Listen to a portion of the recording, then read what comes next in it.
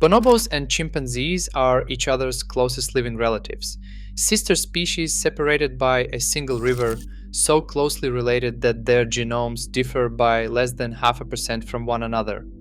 Humans sit outside that relationship entirely, more distantly related to both, the outside branch on a family tree that seemed for years to be about as simple as primate genetics gets. Under that simple picture, humans should be equally related to bonobos and chimpanzees across the entire genome. No exceptions, no surprises. When researchers finally sequenced a complete bonobo genome, the last great ape genome left to complete, that simple picture didn't survive contact with the data. In specific stretches of DNA, humans turned out to be more closely related to one of the two sister species than the sister species were to each other, a result that shouldn't be possible under a normal family tree. It was a result that seemed completely impossible. That genome came from a single bonobo named Ulindi, a female living at the Leipzig Zoo in Germany.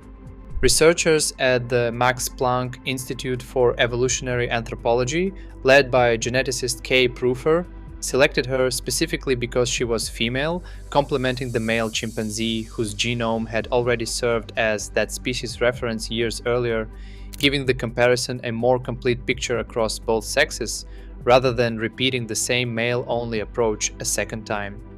Bonobos had been the last of the four great ape genera, alongside chimpanzees, gorillas, and orangutans, to have a complete genome sequenced, largely because of how rare and difficult to study they are. The chimpanzee genome had been completed years earlier in 2005, followed by the orangutan in 2011, and the gorilla just months before Ulindi's own genome was finished in 2012, meaning bonobos went from being genetically the least understood great ape to finally completing the full set, closing a gap that had persisted for the better part of a decade, while every other close relative of humans had already been fully mapped.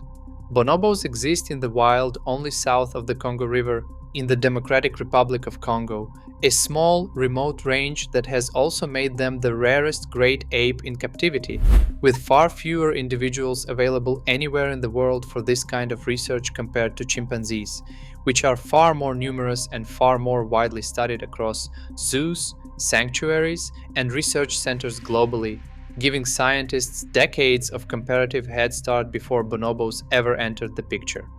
Using DNA from Ulindi, the team assembled a genome of roughly 2.7 billion base pairs, sequenced using Roche 454 technology, a method common at the time for large-scale genome projects, accurate to within about 2 errors for every 10,000 bases, a quality level on par with the existing chimpanzee reference.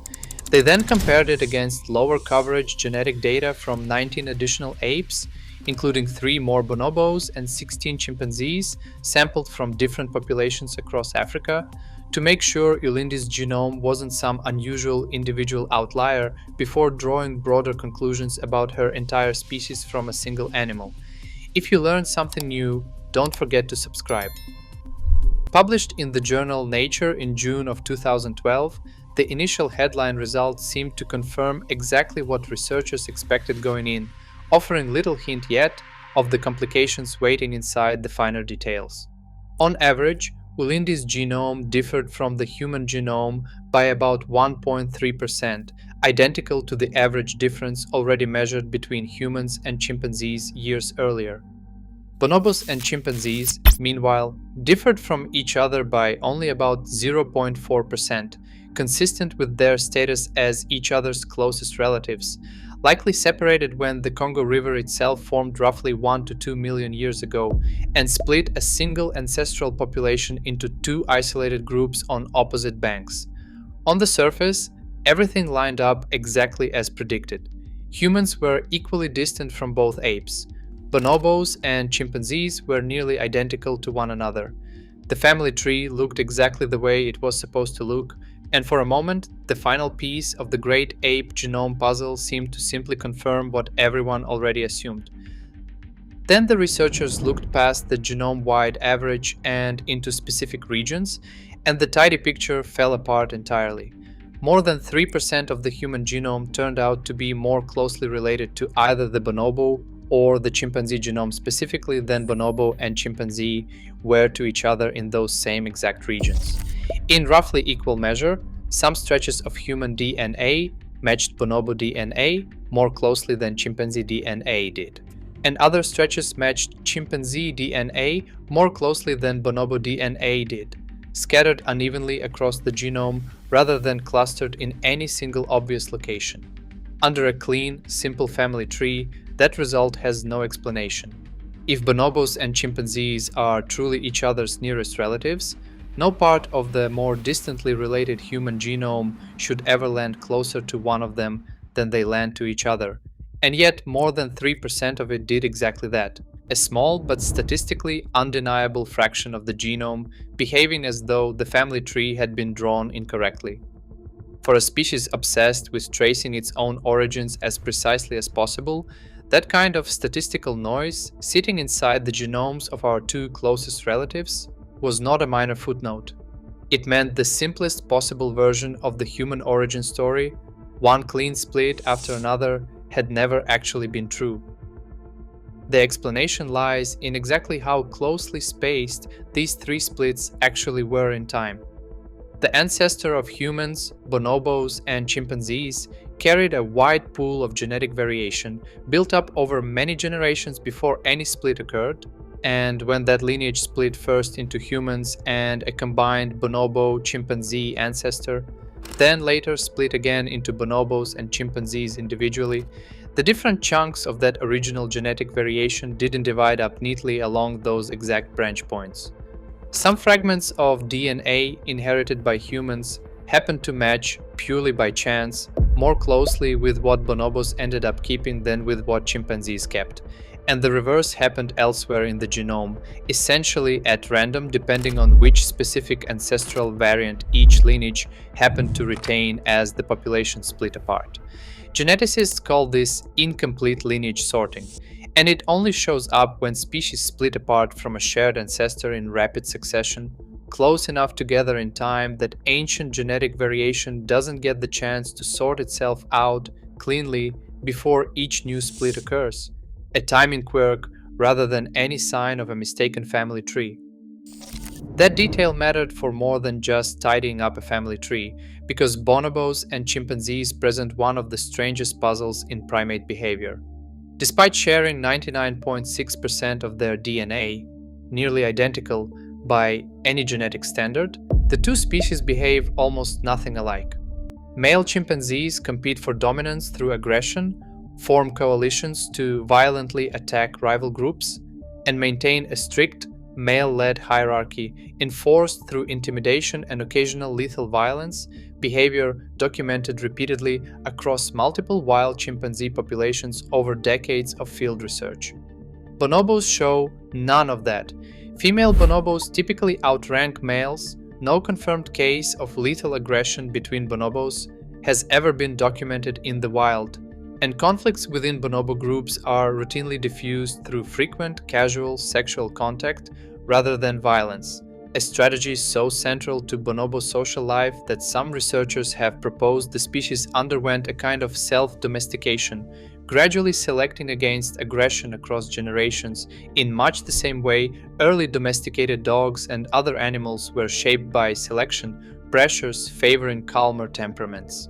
Researchers studying Ulindi's genome hope the specific regions where humans matched bonobo DNA more closely or chimpanzee DNA more closely might eventually point toward the genetic basis for why two nearly identical species turned out so behaviorally different from one another and from us. Subscribe so you do not miss the next one. The genome held on to one more surprise once researchers dug into specific chromosomes rather than broad genome-wide patterns. Bonobo X chromosomes carried a noticeably higher proportion of mutations considered likely harmful compared to the same chromosome in chimpanzees or humans, a pattern that stood out immediately once researchers compared the three species side by side, and one that ran counter to how natural selection normally operates on a species over time. Researchers traced the likely cause back to bonobo social structure itself. Because male bonobos face far less direct competition for mates than male chimpanzees do, thanks largely to the influence mother bonobos exert over their sons' social standing and reproductive access throughout their lives. Harmful mutations on the X chromosome face weaker pressure to be weeded out through mate selection, allowing more of them to persist across generations than a more competitive mating system would typically allow.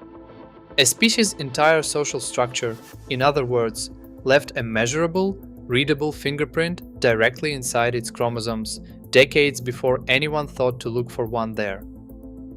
A separate analysis comparing gene activity across 6 different tissue types in bonobos, chimpanzees, and humans turned up something almost backward from what researchers expected walking in, adding yet another layer to a story that kept refusing to stay simple. Given how dramatically brain function and behavior differ across the 3 species, the brain seemed like the obvious place to find the most striking evolutionary changes in gene activity, the tissue where all that behavioral divergence should logically show up first and most clearly. Instead, the researchers found the opposite. Evolutionary changes in gene activity were least pronounced in brain tissue and most pronounced in the male reproductive line, the cells responsible for producing sperm, a tissue with no obvious connection to complex social behavior at all. Whatever separates human, bonobo, and chimpanzee behavior this dramatically, the answer isn't sitting in a straightforward layer of extra brain gene activity the way a simple assumption might have predicted. Research building on Ulindi's original genome has continued to complicate the bonobo chimpanzee story further in the years since her genome was first published. Later population studies identified direct evidence of interbreeding between bonobo and chimpanzee ancestors after their initial split, meaning the 2 species never fully stopped exchanging genetic material even after the Congo River supposedly divided them for good millions of years ago. Some of that later research also found signs that a now entirely extinct, previously unknown ape population contributed genetic material to both lineages somewhere along the way, a ghost population that has left a trace in the genome without leaving behind a single identifiable fossil anywhere in the region, an ancestor known only because its DNA is still quietly present in 2 living species today. Bonobos and chimpanzees, supposedly cleanly separated by little more than the width of a river, turn out to carry the genetic fingerprints of at least one additional ancestor. Nobody has ever actually found, recovered, or identified through any fossil at all. Ulindi herself was never anything unusual. She was, and remains, an ordinary female bonobo who happened to live at a zoo equipped to collect and preserve the sample her species needed for a project already years in the making. Her genome wasn't selected because scientists expected it to overturn anything. It was sequenced simply to complete a catalog, the final entry in a project that had already mapped every other great ape genus on Earth. What her DNA actually contained, once researchers looked past the reassuring genome-wide average and into its specific regions, was a family tree far messier than the clean split most people still picture. Chunks of human ancestry sitting genetically closer to bonobos in some places and chimpanzees in others, a social structure detectable in the mutation load of a single chromosome, evolutionary change concentrated in reproductive cells rather than the brain everyone expected, and hints of an entirely vanished ape population still echoing through both of her closest living relatives. None of this was visible from the outside.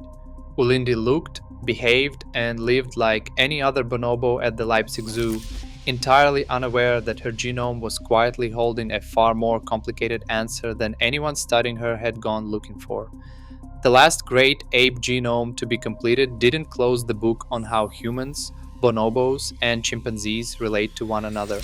It reopened it, and more than a decade later, researchers are still working through exactly what that messier, more tangled family tree actually means.